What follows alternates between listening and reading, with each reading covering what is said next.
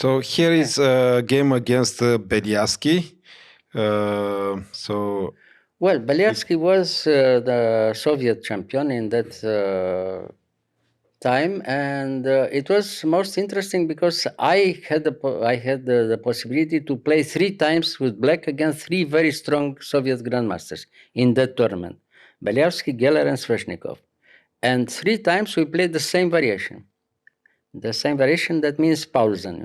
The Sicilian The Sicilian Paulsen, yes. And against Beliavsky, it was the most interesting game because Beliavsky was the Soviet champion. He had a very clear possibility to try to win the tournament. And therefore, our game was decisive. And you see, the game would be most spectacular. Very, very nice game. Yeah.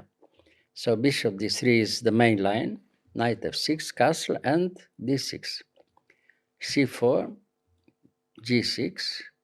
The alternative, of course, is bishop e7, castle, and so on, normal position. So g6, knight c3, bishop g7, rook e1, castle, bishop f1, b6. Well, if you don't want to play g6 or b6, we play queen c7, knight bd7, and so on. It's another possibility. So b6, bishop g5, even better than bishop e3. Bishop e3 is a little bit more quiet, but also very good for white. Bishop e3, bishop b7, f3 was small edge for white. So bishop g5 is more active. So now bishop b7, queen d2. Now you have to play very carefully with black because otherwise you have some problems. Already here. So queen c7, rook a d1, and now. Very good. Rook c8.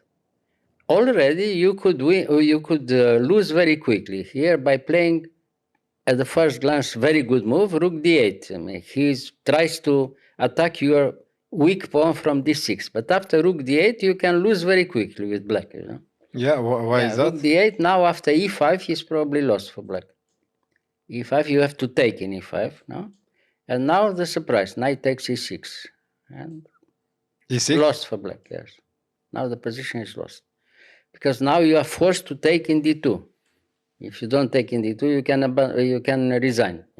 And after knight takes e7, everything is clear. You have to take now with the rook, no? Otherwise you lose the rook. Yes, sorry. And if you take in d1, rook takes d1, rook takes d1. And if you move the rook only in a7, rook d8 check and resigns. So rook d8, very big mistake. Now you lose immediately in a few moves. Yeah. So rook c8 is all right. But even here, it's not so clear. I mean, white has good game. If one small mistake is enough, So rook c8, knight c2, okay. Knight c8, knight c2, knight e8. Okay, for the moment, everything is all right. We protect the pawn from d6. But white is still, a little bit better because he has more space. And he can maneuver here. So bishop h6. If you agree to trade the bishop, white is clearly better. So okay, you move with the bishop in h8. And here, that was a little bit too optimistic from Beliavsky. Knight e3. He, in my opinion, had to play f3, and white is always a little bit better if he played knight e3. But who could imagine that here black takes in c3 and give such a strong possibility to attack, on the big diagonal like this? Yeah. But it's probably the best way to play for black, So I took in c3, and knight d7, king h1, and now knight e3. And after, in this position, black took in c3 and takes the pawn from e4, but gives complete control on the diagonal on the black squares for white. Yes. If you look at this position, it's very, very dangerous for black, Because, okay, you take the pawn, but you give the Europe very strong opponent such a position. I mean, he has very good attacking chances. But okay, I took the pawn. He played bishop g5, preparing counterplay on the black squares, So, okay, e5, the best defense, because already he wanted to come with knight g4, decisive attack for white, e5, you have to close the diagonal. So knight g4, and here f5. Okay. And okay, in my opinion, the best way to play for white was to give the exchange, to play rook takes c4, very complicated position, and he can hope that somehow has very good tactical chances. To take You e4? take in e4, you have to take in e4, and okay, the position is open, very open, and anything can happen here. Not clear who is better. But instead, he continued to play logically. I mean, of course, he doesn't give the exchange. He gives check in g7. And now look at the position. Now black comes with the king on the diagonal. Very complicated position. And if you play somebody like Beliavsky, it seems to be very dangerous. Yeah. Okay, so f3, you have to move back the bishop in b7.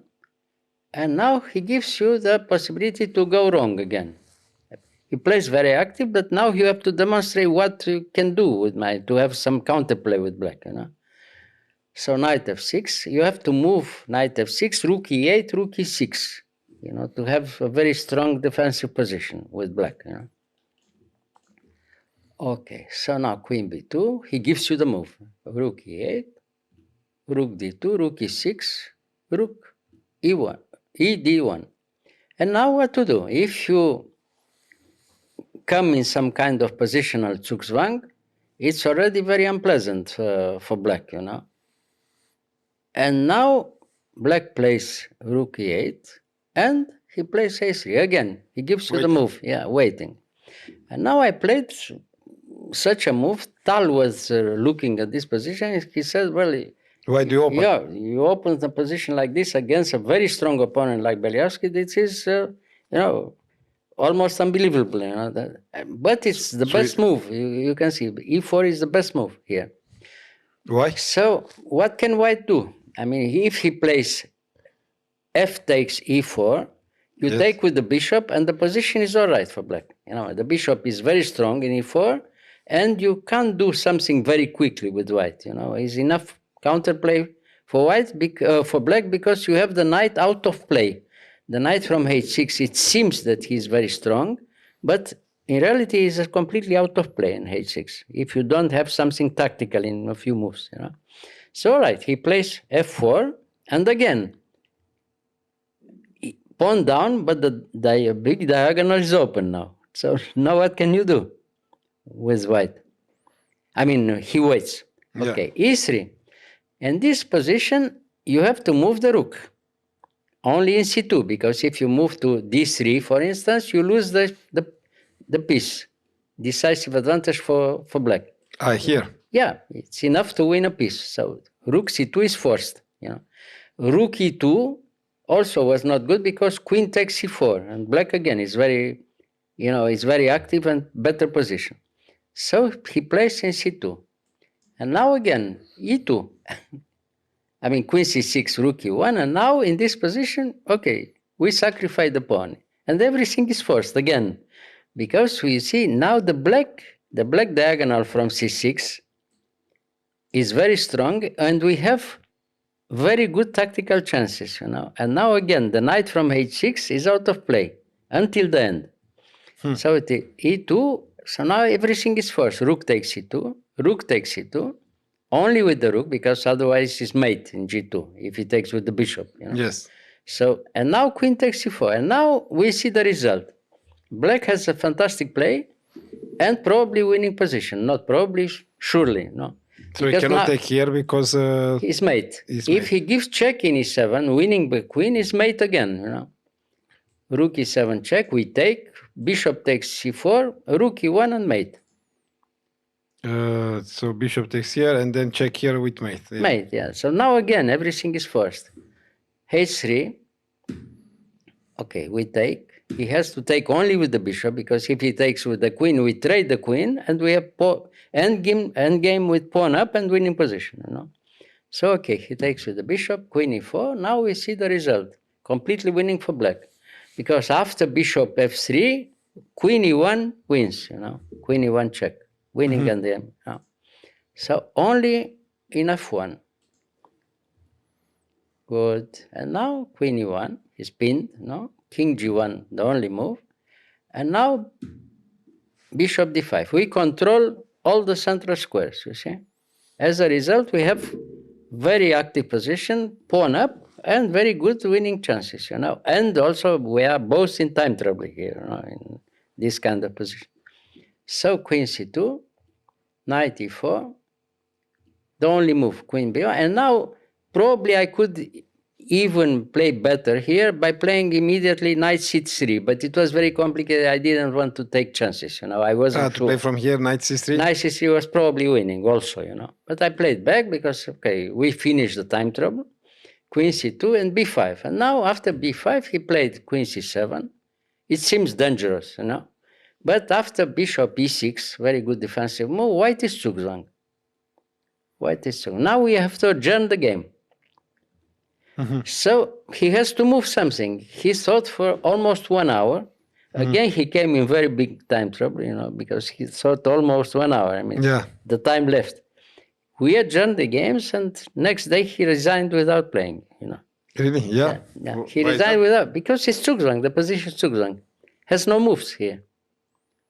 He played a4, but instead of playing now after a4, black can take in a4 and wins, Takes in a4, a3, a2, and queen, So, but if he doesn't play a4, what can he play? I mean, he has a few moves. For instance, rook d8. Queen d8? Queen d8, pardon. Queen d8, bishop c4, resigns. Has no move. Yeah. Yeah. If he doesn't play queen d8,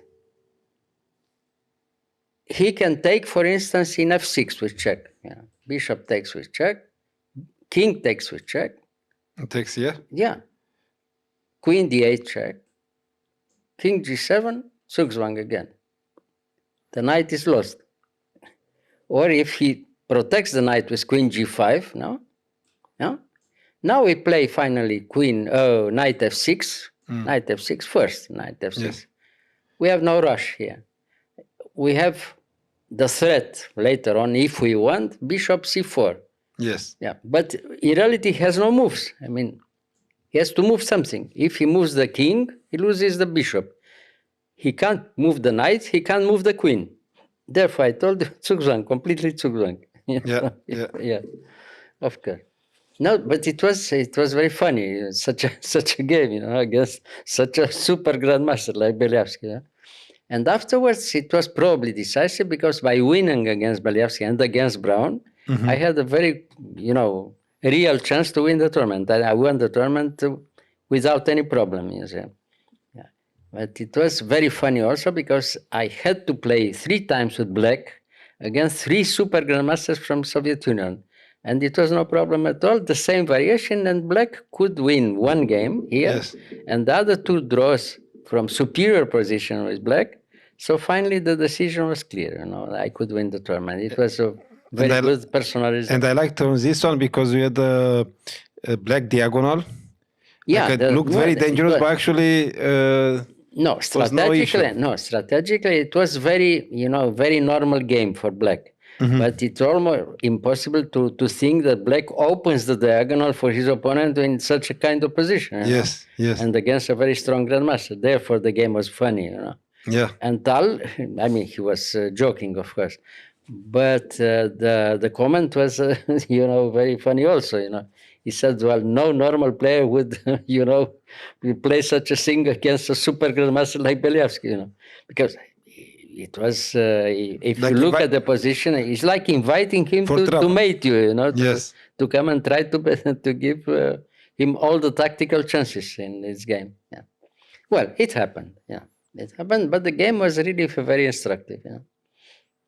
Right. And the idea to play later on e4, e3, e2 was good and a very practical one, Black wins by force, but only because the strategic position was all right for black, And you can come without any problem in such an end game. and you can demonstrate that the knight from h6 is out of play until the end, you see. Look dangerous, but wasn't. Look dangerous, but it's all right for black, you know. Yeah. Okay. All right. Yeah. Thank you. Sometimes in Sicilian you can have surprises like this also, you know. Yes, Yeah. nice. Thank you. Yeah. Very unusual anyway. Very unusual game. Yeah.